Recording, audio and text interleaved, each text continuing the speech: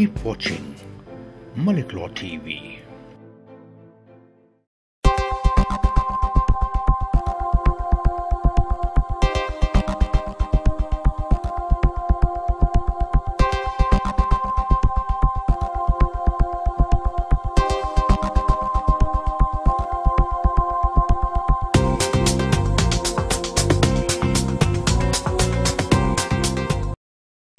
नाज़रीन, welcome to the show. मैं हूं आपका मेज़बान अदील मलिक। इस प्रोग्राम में जिसका नाम है लीगल और पेश किया जाता है आपकी खिदमत में हर पीर की शब 8 से 9 बजे तक मलिक लॉ चैम्बर सोलिसिटर्स के ताउन से मलिक लॉ टीवी पे। नाज़रीन, इस प्रोग्राम के 2 सेगमेंट होते हैं। प्रोग्राम के पहले हिस्से में मैं देता हूं आपको इमिग्रेशन लॉ के मतलब अपडेट्स और प्रोग्राम के दूसरे सेगमेंट में हम देते हैं आपको आपके सवालात के जवाब। अगर आपके पास भी कोई सवाल है इमिग्रेशन लॉ के मतलब तो आप भी हमें लिख सकते हैं। हमारा ईमेल एड्रेस है info@maliklaw.tv और हम पूरी कोशिश करेंगे कि आपके सवालात आने वाले प्रोग्राम्स में शामिल करें। नाज़रीन, इसी के साथ बढ़ते हैं प्रोग्राम के पहले सेगमेंट की जानब और आगाज करते हैं इमिग्रेशन अपडेट्स का। नाज़रीन, जिसका पिछले वीक हमने डिस्कस किया था, बात की थी इमिग्रेशन बिल के हवाले से जो एक्ट बन गया है और जो चेंजेस इमिग्रेशन एक्ट 2012 ने लाई हैं इमिग्रेशन कवानीन के अंदर। नाज़रीन, इस हफ्ते जो प्रोग्राम है हम बिल्कुल जिक्र करेंगे इमिग्रेशन बिल का, बट इस सेगमेंट में हम बात करेंगे जो चेंजेस आई हैं इस मंथ टीयर 1 एंटरप्रेन्योर वीज़े के हवाले से। अब नाज़रीन, पहले अगर मैं आपको कुछ बैकग्राउंड बता दूं, ये जो टीयर 1 एंटरप्रेन्योर वीज़ा होता है ये उन लोगों के लिए होता है जो यूके में आना चाहते हैं बिजनेस करने के लिए और यहाँ पे रन करना चाहते हैं एक बिजनेस। अमूमन नाज़रीन, अगर वो यहाँ पे टीयर 1 एंटरप्रेन्योर वीज़े के ऊपर आता है तो उसे परमानेंट रेजिडेंसी मिल जाती है, कुछ सर्कमस्टांसेस में 3 साल बाद और ज़्यादातर केसेस में 5 साल बाद। डिपेंड करता है जो एप्लीकेंट है उसका बिजनेस किस नेचर का है और उसने कितने एम्प्लॉय रखे हैं और कितनी इन्वेस्टमेंट की है बिजनेस के अंदर।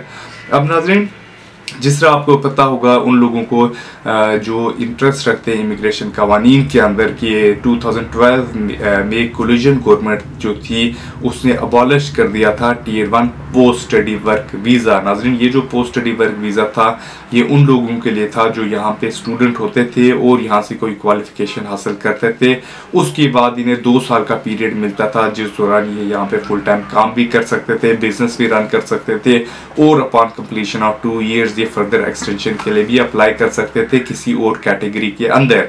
अब नाज़रीन, जब से ये जो टीयर 1 पोस्ट स्टडी वर्क बंद हुआ है और उससे पहले जब टीयर 1 जो था जनरल कैटेगरी वो बंद कर दी गई थी, तब से ये जो रूट है ये काफ़ी मकबूल है और काफ़ी पॉपुलर है, क्योंकि आजकल जो आप समझे यहाँ पे स्टूडेंट्स हैं उनके पास ज़्यादा ऑप्शन मौजूद नहीं है जो सर्कमस्टांसेस थे चंद साल पहले 2008 में या 2009 में 2011 से पहले वो सर्कमस्टांसेस अब हैं नहीं।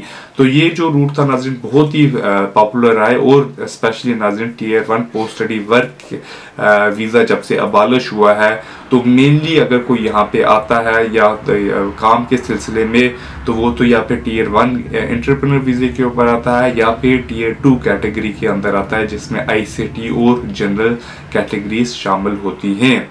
अब नाज़रीन, टीयर 1 एंटरप्रेन्योर में जो चेंजेस आई हैं नाज़रीन, इमिग्रेशन मिनिस्टर जो है उन्होंने अनाउंस की थी 10 जुलाई को और जो चेंजेस इन्फोर्स हो गई हैं वो 11 जुलाई को हो गई हैं। अब नाज़रीन, ये काफ़ी अनयूजुअल है क्योंकि नॉर्मली जो सेक्रेटरी ऑफ स्टेट या इमिग्रेशन चेंजेस होती है उनमें 21 डेज का टाइम होता है, एक नोटिस दिया जाता है और 21 डेज के बाद जो स्टेटमेंट ऑफ इंटेंशन होती है इमिग्रेशन रूल चेंज करने की वो इम्प्लीमेंट होती है। बट नाज़रीन, इस केस में जो इमिग्रेशन रूल हैं एक दिन अनाउंस किए गए और दूसरे दिन जो है वो लागू हो गए। अब नाज़रीन, ये जो कम पीरियड दिया गया है या बिल्कुल नई पीरियड दिया गया है, इसकी जो पीछे वजह है वो ये है कि जब 2012 में इमिग्रेशन रूल चेंज किए गए होम ऑफिस की जानिब से टीयर 1 एंटरप्रेन्योर कैटेगरी के अंदर, जिनमें एक चेंज जो बहुत प्रोमिनेंट थी वो ये थी कि अगर वो यहाँ पे स्टूडेंट वीज़े के ऊपर है वो स्विच नहीं कर सकता टीयर 1 एंटरप्रेन्योर वीज़े के ऊपर 200,000 पाउंड की कैटेगरी के अंदर। और नाज़रीन उस दौरान होम ऑफिस ने जो है 21 डेज़ का टाइम दिया था और होम ऑफिस के रिकॉर्ड के मुताबिक उन्हें कोई 3000 के लगभग एप्लीकेशंस मिली हैं विदिन 21 डेज़। इसलिए नाज़रीन इस दफ़ा उन्होंने बिल्कुल टाइम नहीं दिया। अब नाज़रीन जो चेंजेस आई हैं मेनली वो अफेक्ट करेंगे स्टूडेंट्स को और जो टीयर 1 पोस्ट स्टडी वर्क वीज़े के ऊपर है। अब नाज़रीन जब पोस्ट स्टडी वर्क वीज़ा ख़त्म किया गया तब जो टीयर 1 एंटरप्रेन्योर था उसे मोर अट्रैक्टिव बनाने के लिए tier 1 post study work visa holders के लिए एक नई प्रोविज़न का आगाज़ किया गया था कि अगर कोई टीयर 1 पोस्ट स्टडी वर्क के ऊपर है वो स्विच कर सकता है टीयर 1 एंटरप्रेन्योर वीज़े के ऊपर only on the basis of 50,000 pound की वो उसकी अपनी फंडिंग हो या किसी और की फंडिंग को और कोई और डिक्लेरेशन दे कि मैं इस एप्लीकेंट को पैसे दे रहा हूँ ऑन द बेसिस कि ये बिजनेस करेगा। अब नाज़रीन उससे पहले ये होता था कि अगर फर्ज करें को यहाँ पे टीयर 4 के ऊपर है उसे 200,000 पाउंड शो करने पड़ते थे और एट प्रेजेंट भी अगर कोई यहाँ पे टीयर 1 पोस्ट स्टडी वर्क या ग्रेजुएट एंटरप्रेन्योर वीज़े के ऊपर नहीं है और उसके पास फंडिंग किसी रिलायबल सोर्स से नहीं है जो गवर्नमेंट ऑथराइज सोर्सेज हैं जिसमें सीड कंपनीज या गवर्नमेंट फंडिंग मौजूद है तो उसे 200,000 पाउंड शो करना पड़ता है। अब नाज़रीन जो चेंजेस आई है उनमें मेन चेंज ये है कि अगर कोई यहाँ पे टीयर 1 पोस्ट स्टडी वर्क वीज़े के ऊपर है और वो स्विच करना चाहता है टीयर 1 एंटरप्रेन्योर वीज़े के ऊपर और अगर 11 जुलाई को वो बिजनेस नहीं कर रहा था तो वो अप्लाई नहीं कर सकता। अगर तो 11 जुलाई से पहले एप्लीकेंट ने कंपनी रजिस्टर कर दी है, ट्रेडिंग शुरू कर दी है और उसकी जो इन्वेस्टमेंट है उसने कुछ ना कुछ बिजनेस में कर दिया है तो एप्लीकेंट अप्लाई कर सकता है। तो नाज़रीन बिजनेस शो करना कि एप्लीकेंट कर रहा था ऑन और बिफोर 11 जुलाई 2014 अगर कोई अप्लाई करे टीयर 1 एंटरप्रेन्योर कैटेगरी के अंदर। इसी तरह नाज़रीन जो पहले प्रोविजन मौजूद थी tier 1 post study work visas के ऊपर कि वो 50,000 पाउंड किसी सीड कंपनी से भी शो कर सकते थे और इसी तरह 50,000 पाउंड अगर उनको किसी कैपिटलिस्ट वेंचर फर्म ने दिया है तो वो भी शो कर सकते थे। अब नाज़रीन जो कैपिटल वेंचर फर्म की कैटेगरी है उसे अबॉलिश कर दिया गया है। इसका ये मतलब है एप्लीकेंट तभी अप्लाई कर सकता है जब 50,000 पाउंड उसके पास होंगे या फिर किसी गवर्नमेंट डिपार्टमेंट की तरफ से उसकी फंडिंग अरेंज की गई होगी। और नाज़रीन गवर्नमेंट अप्रूव फंडिंग जो है वो तो एक है सीड फंडिंग कंपनी और सेकेंडली अगर कोई गवर्नमेंट डिपार्टमेंट फंडिंग करे नाज़रीन तभी एप्लीकेंट जो है अप्लाई कर सकता है इस कैटेगरी के अंदर। नाज़रीन इसी तरह मैं आपको अगर बाकी रिक्वायरमेंट्स बताऊं टीयर 1 एंटरप्रेन्योर वीज़े की, सबसे पहले तो एप्लीकेंट को फंडिंग शो करनी पड़ती है कि फंड्स यूके में मौजूद हैं। सेकंड एप्लीकेंट को शो करना पड़ता है जो फंड हैं उसको एक्सेस है 50,000 या 200,000 पाउंड्स की। इसी तरह नाज़रीन जो एप्लीकेंट को शो करना पड़ता है उसने ये फंड्स इन्वेस्ट करने हैं यूके के अंदर। इस फंडिंग के अलावा जो रिक्वायरमेंट है वो इंग्लिश लैंग्वेज की रिक्वायरमेंट है और रिक्वायरमेंट है मेंटेनेंस की। अब नाज़रीन इंग्लिश लैंग्वेज की रिक्वायरमेंट जो है वो अगर किसी के पास यूके की क्वालिफिकेशन है बैचलर लेवल की एटलीस्ट तो वो एग्जाम्प्ट है, उसे इंग्लिश लैंग्वेज टेस्ट पास नहीं करना। बाकी अगर नाज़रीन किसी के पास कोई UK equivalent bachelor level degree नहीं है तो उसे इंग्लिश लैंग्वेज टेस्ट पास करना पड़ता है। इसी तरह नाज़रीन मेंटेनेंस की रिक्वायरमेंट है जो एप्लीकेंट को शो करना पड़ता है कि उसने अपना अकाउंट जो है मेंटेन रखा है।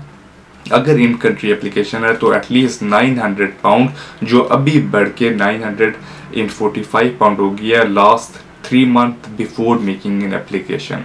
नाज़रीन इसी के साथ टाइम होता है छोटी सी कमर्शियल ब्रेक का। मिलते हैं ब्रेक के उस पर मजीद इमिग्रेशन अपडेट्स के साथ। कहीं मत जाइएगा, देखते रहें Malik law TV. Thank you.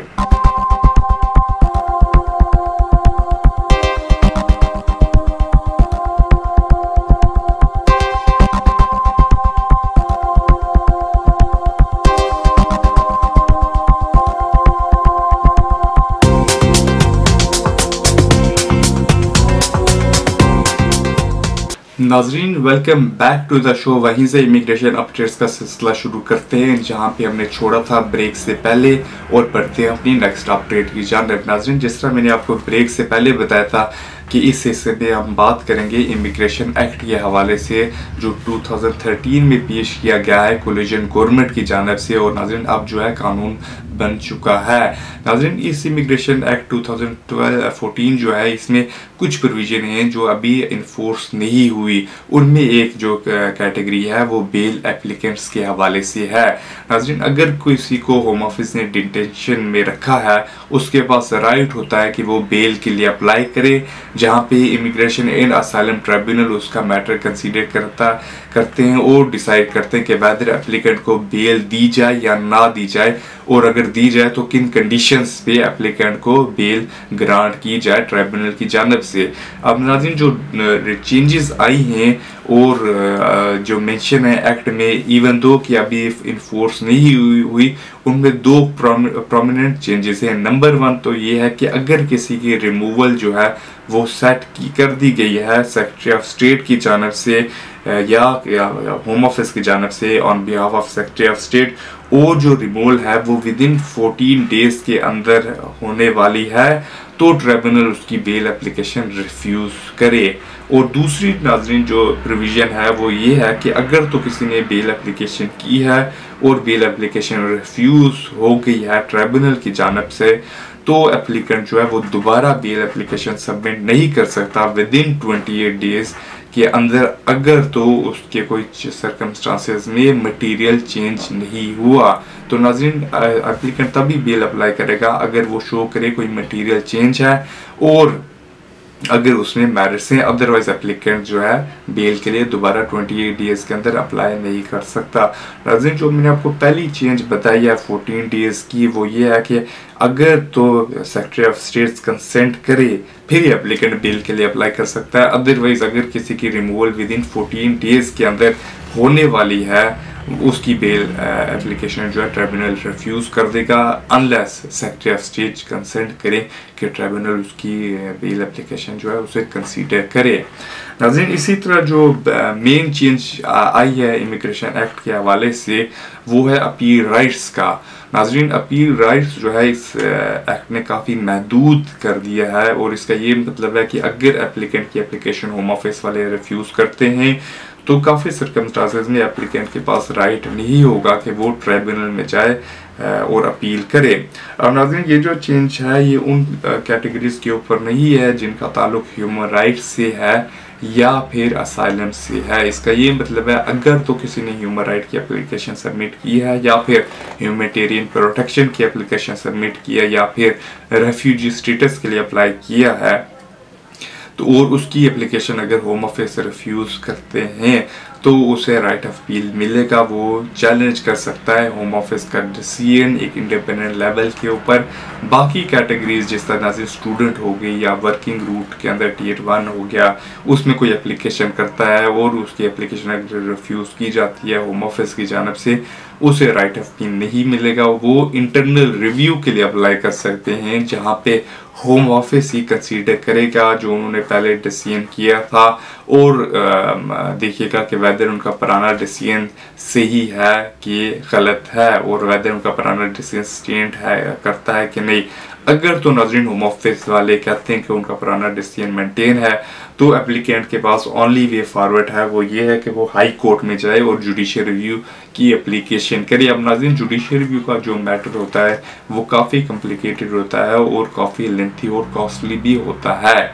नाज़रीन ऑन एवरेज जुडिशियल रिव्यू की जो परमिशन एप्लीकेशंस होती है उनमें 6 मंथ का टाइम लग जाता है, और इससे तरह नाज़रीन इसमें रिन्यूअल की भी कॉस्ट होती है अगर किसी की परमिशन रिफ्यूज़ कर दी जाए। अब नाज़रीन जुडिशियल रिव्यू के बारे में अगर मैं आपको बताऊं, ये 2 स्टेज प्रोसेस होता है। फर्स्ट एप्लीकेंट परमिशन के लिए अप्लाई करता है और अगर परमिशन ग्रांट हो जाए फिर सब्सटेंशियल हियरिंग होती है, और नाज़रीन अगर परमिशन रिफ्यूज हो जाए तो एप्लीकेंट रिन्यूअल के लिए अप्लाई कर सकता है। इसका ये मतलब है एप्लीकेंट ओरल हियरिंग पे जा सकता है, और नाज़रीन अगर किसी की permission application without totally merit refuse होती है तो वो रिन्यूअल के लिए अप्लाई नहीं कर सकता। नाज़रीन इसी के साथ टाइम होता है इस सेगमेंट का ख़त्म। ब्रेक के उस पार मिस्टर अली मिलेंगे आपको आपके सवालात के साथ। कहीं मत जाइएगा, देखते रहें Malik law TV. Thank you.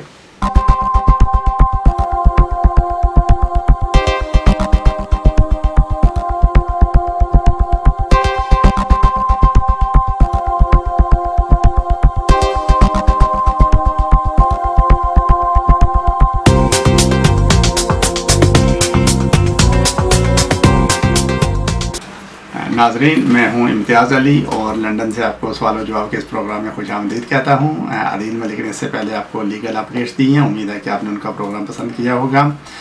शामिल करते हैं आपके सवालात को वक्त ज़ाया किए बगैर और सबसे पहले हम बात करते हैं अब्दुल शकूर के साथ। अब्दुल शकूर पाकिस्तानी सिटीज़न हैं और वो स्टूडेंट के तौर पे यूके में आए थे। तो ये कहते हैं कि उन्होंने एक्सटेंशन के लिए अप्लाई किया था और उनकी एक्सटेंशन की एप्लीकेशन रिफ्यूज़ हो गई। उन्होंने ये नहीं बताया कि रिफ्यूज़ल की रीज़न क्या थी। उन्होंने इसके ख़िलाफ़ अपील की और उनकी अपील भी डिसमिस हो गई है और इस वक्त वो ओवरस्टे हैं। तो अब्दुल शकूर ये कहते हैं कि वो अपनी पार्टनर या अपनी गर्लफ्रेंड के साथ रह रहे हैं पिछले 6 महीने से और उनकी शादी नहीं हुई है, चूँकि वो शादी रजिस्टर नहीं कर सकते। उन्होंने शादी रजिस्टर करने की कोशिश की थी, लेकिन चूँकि उनका पासपोर्ट उनके पास नहीं है, तो ये पूछना चाहते हैं कि वो as an unmarried partner apply करना चाहते हैं। तो ऐसी सूरत में उनको क्या करना होगा। तो अब्दुल शकूर, आपकी एप्लीकेशन रिफ्यूज़ हो गई और ज़ाहिर आपकी अपील डिसमिस हो गई और उसके बाद आप बदकिस्मती से ओवरस्टेयर हो गए हैं। तो ऐसी सूरत में अगर आपकी शादी हो भी जाती है एक ब्रिटिश सिटीज़न के साथ, तो आमतौर पे रूल यही कहता है कि आपको यहाँ से लीव नहीं मिलेगी, क्योंकि उसके लिए अगर आप शादी की ग्राउंड पर यूके में रहना चाहते हैं और अगर आपकी शादी किसी सेटल्ड पर्सन या ब्रिटिश सिटीज़न के साथ होती है, तो आमतौर पे कानून यही कहता है कि आपके पास वैलिड वीज़ा या वैलिड लीव होनी चाहिए at the time of application. तो फिर आमतौर पे एक्सटेंशन मिल जाती है अगर आप बाकी रिक्वायरमेंट्स भी पूरी करते हैं। तो अगर आप ओवरस्टे हैं तो फिर आमतौर पे शादी की ग्राउंड पे स्टे नहीं मिलता है। उसमें होम ऑफिस ये सजेस्ट करता है कि आप वापस अपने कंट्री में जाएँ और वहाँ से आप अप्रोप्रिएट कंट्री के लिए उसके लिए अप्लाई करें। बहरहाल आपका क्वेश्चन ये है कि आप पिछले 6 महीने से अपने पार्टनर के साथ रह रहे हैं और चूँकि आप शादी रजिस्टर नहीं कर सकते, आपका पासपोर्ट होम ऑफिस के पास है और ये जैसे कि आपको पता ही है और बाकी सब नाज़रीन को भी पता ही होगा कि अब होम ऑफिस की पॉलिसी यही होती है कि अगर आपकी एप्लीकेशन रिफ्यूज़ हो जाए तो वो लोग पासपोर्ट रिटर्न नहीं करते हैं, ख़्वाह आपके पास अपील का राइट हो या कि ना हो। तो होम ऑफिस के पास अगर आपका पासपोर्ट है तो जब आप शादी रजिस्टर करने के लिए जाएंगे तो वहाँ भी रजिस्ट्रार की रिक्वायरमेंट यही होती है कि वो आपका पासपोर्ट देखना चाहते हैं। तो पासपोर्ट की गैर मौजूदगी में शादी रजिस्टर करना थोड़ा सा मुश्किल होता है। तो इस वजह से Abdul Shakoor as an unmarried partner apply करना चाहते हैं।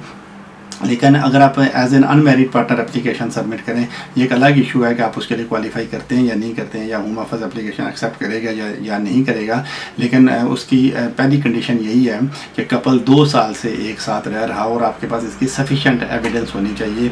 अगर आप 6 महीने से एक साथ रह रहे हैं तो फिर आप as an unmarried partner apply नहीं कर सकते, आप उस स्टेटस के लिए क्वालिफाई नहीं करते। अगर कोई भी साहब या साहिबा as an unmarried partner apply करना चाहें तो उसके लिए ज़रूरी है कि वो 2 साल से एक साथ रह रहे हैं और उनके पास सफिशेंट डॉक्यूमेंट्री एविडेंस होनी चाहिए, जैसे आपकी बैंक स्टेटमेंट्स 2 साल से कम से कम एक ही एड्रेस पे आ रही हों, जो बिल्स आपके हैं कौंसल टैक्स बिल वगैरह और इसी तरह के जो ड्राइविंग लाइसेंस, टीवी लाइसेंस और इस तरह की जो चीज़ें हैं, अगर वो सारी आपकी एक ही एड्रेस पे आ रही हैं और इस कम से कम 2 साल का पीरियड इसमें कवर हो रहा हो, तो फिर आप as an unmarried partner apply कर सकते हैं। लेकिन अगर आपके पास 2 साल की एविडेंस नहीं है तो फिर आप इस स्टेटस के लिए क्वालिफाई नहीं करते। तो अब्दुल शकूर, चूँकि आप अपनी पार्टनर के साथ सिर्फ 6 महीने से रह रहे हैं तो इस वजह से आप as an unmarried partner apply नहीं कर सकते। आपकी एप्लीकेशन की कामयाबी का कोई चांस इसमें इस स्टेज पे नहीं होगा। उसके बाद हम बात करते हैं नोमान के साथ। नोमान भी एज ए स्टूडेंट यहाँ से आए, यूके में आए थे और वो कहते हैं कि उन्होंने पहले यहाँ से बैचलर्स किया और फिर उन्होंने मास्टर्स किया। उन्होंने 2 डिग्रियाँ ली यूके से और उसके बाद उन्होंने PSW के लिए अप्लाई किया और जो उनको ग्रांट हो गया था। तो नोमान कहते हैं कि जब उनका PSW एक्सपायर होने वाला था तो उन्होंने एज एन एंटरप्रेन्योर अप्लाई किया था और वो उनकी एप्लीकेशन रिफ्यूज़ हो गई थी, जिसके खिलाफ उन्होंने अपील की। तो कहती हैं कि उनकी अपील रिफ्यूज़ हो गई थी और उनकी बाकी परमिशन की जो अपील की एप्लीकेशन थी वो भी रिफ्यूज़ हो गई थी। तो फिर वो उनकी जो अपील राइट है वो सारे के सारे ख़त्म हो गए थे। तो नोमान कहते हैं कि उसके जब अपील उनकी डिसमिस हुई, आखिरी अपील अपर ट्राइब्यूनल से रिफ्यूज़ हुई, तो उसके फ़ौरन बाद उन्होंने नई एप्लीकेशन डाल दी थी एंटरप्रेन्योर के लिए। तो ये कहते हैं कि अब होम ऑफिस ने वो एप्लीकेशन भी रिफ्यूज़ कर दी, हालांकि इनके बायोमेट्रिक तो हो गए थे। तो वो एप्लीकेशन उन्होंने इस ग्राउंड पर रिफ्यूज़ किया। वो ये कहते हैं कि ये एंटरप्रेन्योर के लिए क्वालिफाई ही नहीं करते और उन्होंने इनको किसी तरह के कोई पॉइंट नहीं दिए हैं। तो ये पूछना चाहते हैं कि ऐसी क्या सूरत हाल है या रीज़न है कि वो एंटरप्रेन्योर के लिए क्वालिफाई नहीं करते, हालांकि इससे पहले तो उन्होंने इसके लिए एप्लीकेशन दी थी। और दूसरी बात ये कि अगर होम ऑफिस ने एप्लीकेशन रिफ्यूज़ ही करनी थी फिर उसको शुरू में क्यों नहीं रिफ्यूज़ किया गया, उसको प्रोसेस क्यों किया गया और इनके बायोमेट्रिक क्यों लिए गए। तो नामान, जैसे कि आप डिग्री होल्डर है यूके में और आपको तो बेसिक इंफॉर्मेशन होगी और आपको पता भी होगा क्योंकि आप इस सारे प्रोसेस से गुजर चुके हैं कि इंटरप्रेन्योर के लिए अप्लाई करने के लिए ये ज़रूरी है कि आप के पास एक्सेस होनी चाहिए 50,000 पाउंड तक, और फिर आप रजिस्टर्ड सेल्फ एम्प्लॉयड हों आपने, और जो ग्रेजुएट लेवल की आपके पास सेल्फ एम्प्लॉयमेंट होनी चाहिए और बिज़नेस एक्टिविटीज़ में आप इन्वॉल्व हो चुके हों। तो इस तरह की अगर एविडेंस आप प्रोवाइड करते हैं और होम ऑफिस को बताएं कि आप एक जेन्युइन इंटरप्रेन्योर हैं, जेन्युइन बिजनेस पर्सन है, आपका पूरा इंटेंशन है कि आप यहाँ इन्वेस्ट करना चाहते हैं, तो फिर एप्लीकेशन सक्सेसफुल हो जाती है। लेकिन लगता यही है कि आप होम ऑफिस को सेटिस्फाई नहीं कर सके, जैसे कि इस वक्त अक्सर लोग नहीं कर सकते। और फिर अगर ऐसी पोजीशन होती कि आप कि ये केस सही होता तो आप कोर्ट को सेटिस्फाई कर सकते थे, लेकिन अगर आपकी अपील भी डिसमिस हो गई तो इससे लगता तो यही है कि आपने कि होम ऑफिस का डिसीजन गलत नहीं था। लेकिन जहाँ तक ये क्वेश्चन है कि आपने दोबारा एप्लीकेशन सबमिट कर दी, तो ये आपको पता होना चाहिए कि इंटरप्रेन्योर के तौर पर अप्लाई करने के लिए पहली कंडीशन है कि आपके पास जो यूके की लीव है वो PSW की लीव होनी चाहिए। ये सिर्फ वही लोग अप्लाई कर सकते हैं इंटरप्रेन्योर के लिए जो 50,000 पाउंड की एक्सेस है उस ग्राउंड पर अप्लाई करते हैं। तो अगर आपके पास PSW नहीं है तो आप इंटरप्रेन्योरशिप के लिए क्वालिफाई नहीं करते। तो अब जैसे आपकी जब आपने फर्स्ट टाइम एप्लीकेशन सबमिट की तो ऑफकोर्स आपके पास PSW की लीव थी और आपने उस ग्राउंड पर एप्लीकेशन सबमिट की और एप्लीकेशन प्रोसेस हुई और उसका मेरिट पर डिसीजन हुआ। लेकिन जब आपकी एप्लीकेशन रिफ्यूज़ हो गई और आपकी अपीलें डिसमिस हो गई, फिर आप ओवरस्टेयर हो गए, उस वक्त आपके पास PSW का वैलिड वीज़ा या वैलिड लीव नहीं थी। तो इस वजह से बीइंग एन ओवरस्टेयर अगर आप एप्लीकेशन डालेंगे इंटरप्रेन्योर के लिए तो उसमें सक्सेस का चांस नहीं होगा, तो उसमें रिफ्यूज़ल मैंडेटरी, और इसी वजह से आपकी एप्लीकेशन भी रिफ्यूज़ हुई है क्योंकि टाइम ऑफ एप्लीकेशन आपके पास PSW का स्टेटस नहीं था। जहाँ तक आपका ये सवाल है कि होम ऑफिस ने एप्लीकेशन प्रोसेस क्यों की और आपके बायोमेट्रिक्स क्यों लिए गए, तो ये तो बड़ी आम सी और कॉमन सी बात है। क्या कोई भी एप्लीकेशन जब सबमिट की जाए तो होम ऑफिस को हर हाल में प्रोसेस करता है और बायोमेट्रिक हर एप्लीकेशन का एक इम्पॉर्टेंट पार्ट है। जब तक आप बायोमेट्रिक नहीं देंगे तो आपकी एप्लीकेशन प्रोसेस नहीं हो सकती। तो कोई भी एप्लीकेशन वो सही हो या गलत हो या वो किसी भी तरह की एप्लीकेशन हो, उसके प्रोसेस करने के लिए बायोमेट्रिक एक पहली कंडीशन है। बायोमेट्रिक एप्लीकेशन के रिजल्ट से कोई ताल्लुक नहीं होता है। बायोमेट्रिक होने का ये मतलब हरगिज़ नहीं है कि आपकी एप्लीकेशन सक्सेसफुल हो जाएगी। आपकी एप्लीकेशन रिफ्यूज़ भी हो सकती है, उसके बाद रिजेक्ट भी हो सकती है। तो बायोमेट्रिक का सिर्फ जो भी एप्लीकेंट एप्लीकेशन सबमिट करेगा उसके बायोमेट्रिक्स उनको देने होंगे, तो वही आपने भी किया है। और दूसरी बात ये कि आपकी एप्लीकेशन अगर आप ये समझते हैं कि आपने सबमिट की और वो अगर आप क्वालिफाई नहीं करते तो उसको फ़ौरन रिफ्यूज़ हो जाना चाहिए था, तो वो भी आमतौर पे पॉसिबल नहीं होता है। क्योंकि जब आप एप्लीकेशन सबमिट करेंगे वो एक पेमेंट सेक्शन में जाती है, वहाँ से एक डिपार्टमेंट आपकी पेमेंट कलेक्ट करके फिर होम ऑफिस में भेजता है, फिर वहाँ थोड़ा सा टाइम लगता है आपके एप्लीकेशन का टर्न आते हुए। तो उसमें जो इमिग्रेशन ऑफिसर है, जो केस वर्कर है, वो आपके डॉक्यूमेंट देख के ही डिसीजन करता है कि आप उसके लिए क्वालिफाई करते हैं या नहीं करते हैं। तो ऐसा नहीं हो सकता कि आपकी एप्लीकेशन मिले और जो एप्लीकेशन होम ऑफिस का स्टाफ मेंबर रिसीव करे वो फ़ौरन ही एप्लीकेशन पर डिसीजन कर दे, ऐसा पॉसिबल नहीं होता है। रिसीव करने के बाद उसको रेलिवेंट डिपार्टमेंट में भेजा जाता है और वहाँ फिर ऑफिसर उसको चेक करते हैं। तो प्रैक्टिकली ये बिल्कुल पॉसिबल नहीं होता और ना ही कोई लॉजिक भी नहीं बनती कि आपकी एप्लीकेशन होम ऑफिस को मिले और वो पहले दिन ही उस पर डिसीजन कर दें। तो इसमें बिल्कुल इस प्रोसेस में से गुजरना पड़ता है। तो अनफॉर्चुनेटली चूँकि टाइम ऑफ एप्लीकेशन आपके पास इंटरप्रेन्योर का PSW का वीज़ा या PSW के तौर पर लीव नहीं थी, तो इस वजह से आप इंटरप्रेन्योर के लिए क्वालिफाई नहीं कर सके। तो उम्मीद है कि आपको आपके सवाल का जवाब मिल गया होगा। नोमान के बाद हम बात करते हैं मासूम के साथ। मासूम कहते हैं कि उन्होंने ब्रिटिश नेशनलिटी के लिए अप्लाई किया था और उनकी एप्लीकेशन 1 साल हो गया है कि उनकी एप्लीकेशन पेंडिंग है। तो ये कहते हैं कि एप्लीकेशन के साथ उन्होंने जो इंग्लिश का सर्टिफिकेट सबमिट किया था टोइक का, तो होम ऑफिस ने लिखा था कि ये सर्टिफिकेट सही नहीं है और होम ऑफिस ने उनको सजेशन दी थी कि वो कोई मुतबादल सर्टिफिकेट सबमिट करें। तो वो ये कहते हैं उसके बाद उन्होंने आइल्स कर दिया था और वो उन्होंने सक्सेसफुली कंप्लीट करके वो सर्टिफिकेट होम ऑफिस को भेज दिया था। लेकिन अब होम ऑफिस ने उनकी एप्लीकेशन रिफ्यूज़ कर दी है और वो कहते हैं कि जो उन्होंने टोइक वाला सर्टिफिकेट सबमिट किया था वो सही नहीं था। तो इसके बारे में मासूम को बड़ी परेशानी है कि जब होम ऑफिस के पास वैलिड जो उन्होंने आइल्स का सर्टिफिकेट सबमिट किया था उसकी मौजूदगी के बावजूद उन्होंने इनकी एप्लीकेशन क्यों रिफ्यूज़ की है। तो मासूम, हम आपके सवाल का जवाब लेकर एक ब्रेक के बाद आपकी खिदमत में हाजिर होंगे। चूँकि ब्रेक का टाइम हो गया है, आप हमारे साथ ही रहिएगा।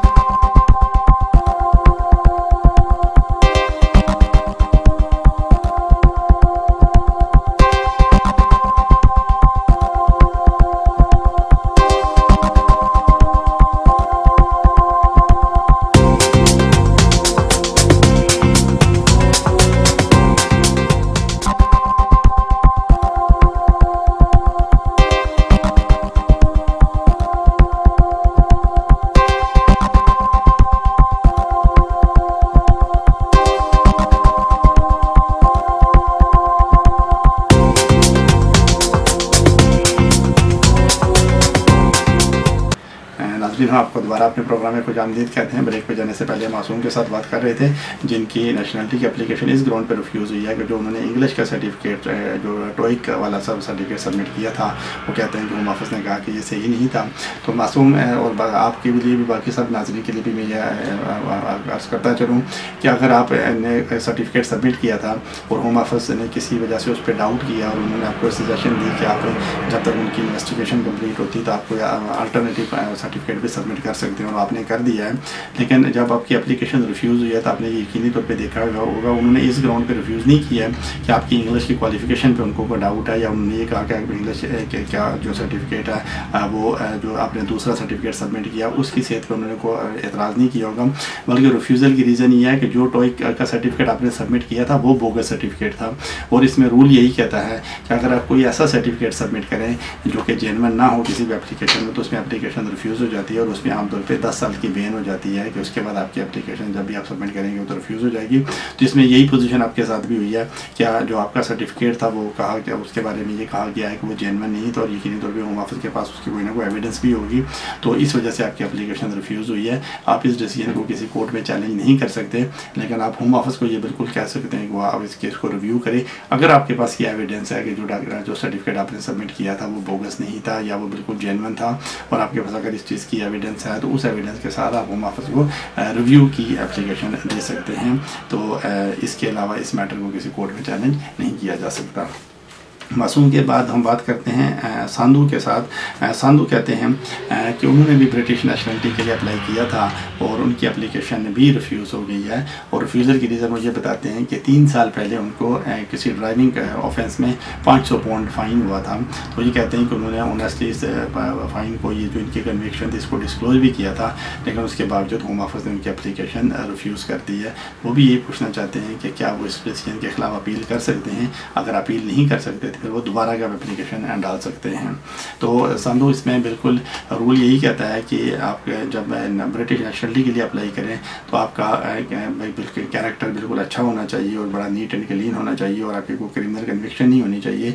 तो उसमें कन्विक्शन में सारी चीज़ें आ जाती हैं जिसमें फ़ाइन भी शामिल है। तो अगर आपको फ़ाइन हुआ है तो उस पर आमतौर पर होम ऑफिस की पॉलिसी या रूल यही कहता है कि 5 साल के लिए आप डिस्क्वालीफाई हो जाते हैं फ़ाइन की डेट से। तो इस वजह से जब भी आपको ये फ़ाइन हुआ था उसके बाद 5 साल तक ब्रिटिश नेशनलिटी मिलने का चांस नहीं है। उसके बाद आप दोबारा एप्लीकेशन डाल सकते हैं और वो होम ऑफिस उस वक्त उसके बारे में डिसीजन करेगा, लेकिन 5 साल तक ये बिल्कुल उसमें मैंडेटरी रिफ्यूज़ल है।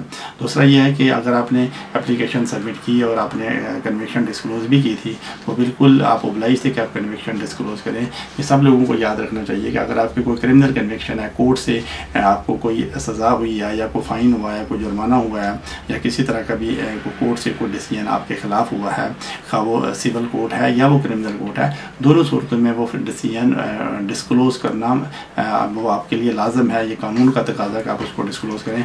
अगर आप डिस्क्लोज़ नहीं करेंगे तो फिर होम ऑफिस जो डिसेप्शन का लॉ है वो आप पे अप्लाई करके थे आपकी एप्लीकेशन रिफ्यूज़ करेगा कि आपने सही इन्फॉर्मेशन नहीं दी। तो हाँ, ये है कि अगर आप डिस्क्लोज़ नहीं करते तो फिर उसमें रिफ्यूज़ल मैंडेटरी हो जाती है और फिर आमतौर पर उस पर 10 साल की बैन भी लग जाती है। तो ये तो आप बाई लॉ आप ओब्लाइज हैं कि अगर आपकी कोई भी कन्विक्शन है आप उसको हर हाल में डिस्क्लोज़ करें। लेकिन नेशनलिटी जो कि एक सेंसिटिव मैटर है तो इसमें आमतौर पे अगर आपकी कन्विक्शन है या आपका कोई क्रिमिनल रिकॉर्ड है तो फिर आमतौर पे इसमें कुछ अर्से के लिए आप डिस्क्वालीफाई होते हैं और उसके बाद वो सर्टन पीरियड गुजरने के बाद आप दोबारा एप्लीकेशन डाल सकते हैं। जैसे फ़ाइन का मसला है आपका तो इसमें 5 साल तक का टाइम है और उसके बाद आप दोबारा एप्लीकेशन डाल सकते हैं, तो फिर होम ऑफिस को नए सिरे से कंसीडर करेगा। लेकिन इसमें इस चीज़ की कोई गारंटी नहीं होती कि 5 साल के बाद आप एप्लीकेशन सबमिट करें तो हर हाल में सक्सेसफुल हो जाएगी। होम ऑफिस उस वक्त के सर्कमस्टांसेस देखे तो आपके केस का डिसीजन करेगा। लेकिन इसमें यही है कि अगर आपकी कन्विक्शन है तो जब तक वो कन्विक्शन आपकी स्पेंड नहीं होती तब तक नेशनलिटी मिलने का चांस नहीं होता है। संधू के बाद हम बात करते हैं हसन के साथ। हसन कहते हैं कि उनको 5 साल पहले इंडेफिनेट लीव मिली थी यूके में और उनके पासपोर्ट के ऊपर वो उस वक्त इंडोर्स हुई थी। तो ये कहते हैं कि अब उनका पासपोर्ट एक्सपायर हो गया तो उन्होंने नया पासपोर्ट बनवाया और फिर उन्होंने ट्रांसफ़र कंडीशन की एप्लीकेशन दी थी होम ऑफिस में, जिसमें उन्होंने रिक्वेस्ट की थी कि उनकी इंडेफिनेट की कंडीशन उनके नए पासपोर्ट पर ट्रांसफ़र की जाए। तो ये कहते हैं कि उनकी एप्लीकेशन रिफ्यूज़ हो गई है और रिफ्यूज़ल की रीज़न यही है कि होम ऑफिस कहता है कि उन्होंने एक ड्राइविंग ऑफेंस था और उसमें उनकी कन्विक्शन हुई थी, फ़ाइन हुआ था उनको और उनके लाइसेंस पे कुछ पॉइंट लगे थे। तो ये कहते हैं कि ये उन्होंने डिस्क्लोज़ नहीं किया था और इस वजह से उनकी एप्लीकेशन रिफ्यूज़ हो गई थी। तो हसन ये पूछना चाहते हैं कि अब उनको क्या करना चाहिए ऐसी सूरत में। तो हसन साहब बिल्कुल, एक तो ये है कि अगर आपकी पासपोर्ट पे इंडेफिनिट लीव इंडोर्समेंट मौजूद है और आपका पासपोर्ट एक्सपायर हो जाता है तो उसमें ये एक तो ये है कि आप अगर आप वो चाहते हैं कि वो आपके नए पासपोर्ट पर ट्रांसफ़र हो जाए तो उसका जो अब नया तरीका या जदीद तरीका तो उसका यही है कि आप पासपोर्ट के ऊपर स्टैंप नहीं लगती है बल्कि आप होम ऑफिस में एप्लीकेशन डालते हैं जिसको no time limit application NTL कहा जाता है। तो उसमें होम ऑफिस आपके सर्कमस्टांसेस देख के तो फिर अब आपको बायोमेट्रिक रेजिडेंस परमिट जिसको BRP कहते हैं वो इशू किया जाता है। आप पासपोर्ट के ऊपर स्टैंप नहीं लगती है और उसका तरीका यही होता है कि जब आप एप्लीकेशन सबमिट करें तो उसमें आमतौर पर बहुत थोड़ी इन्फॉर्मेशन मांगी जाती है, लेकिन उसमें ये क्वेश्चन ज़रूर होता है कि आपकी कोई कन्विक्शन है या नहीं है, या किसी सिविल या क्रिमिनल कोर्ट का कोई डिसीजन आपके खिलाफ है या कि नहीं है। तो इस बारे में कानून यही कहता है कि आपको हर हाल में ऑनेस्ट होना चाहिए। अगर आपकी वो कन्विक्शन है, जैसे आपने फरमाया आपकी ड्राइविंग कन्विक्शन है, तो ये बिल्कुल शायद एक माइनर ऑफेंस हो, लेकिन इसको डिस्क्लोज़ करना बहुत ज़रूरी है। अगर आप डिस्क्लोज़ नहीं करेंगे तो सीरियस इशू हो जाता है और उसमें रिफ्यूज़ल मैंडेटरी होती है। और आपने चूँकि ड्राइविंग कन्विक्शन डिस्क्लोज़ नहीं की थी तो इस वजह से होम ऑफिस ने आपकी एप्लीकेशन रिफ्यूज़ किया और यह डिसीजन उनका गलत नहीं है। तो इसका तरीका यही है कि चूँकि आपके पास इंडेफिनिटली पहले से मौजूद है तो आपके पास तो कोई खोने की कोई चीज़ नहीं है, वरना आमतौर पे यही होता है कि अगर आपको गलत इन्फॉर्मेशन देते हैं या कोई मैंडेटरी इन्फॉर्मेशन डिस्क्लोज़ नहीं करते तो फिर उसमें 10 साल की आपकी एप्लीकेशन भी रिफ्यूज़ होती है और उसमें 10 साल की बैन भी होती है। लेकिन आप पे बैन का कोई मसला नहीं है, तो इसका एक ही तरीका है कि आप दोबारा होम ऑफिस में एप्लीकेशन सबमिट करें और आपके पास अगर आपकी कोई कन्विक्शन है तो आप बिल्कुल उसको डिस्क्लोज़ करें और उसके बाद बिल्कुल आपको बायोमेट्रिक रेजिडेंस परमिट इशू हो जाएगा।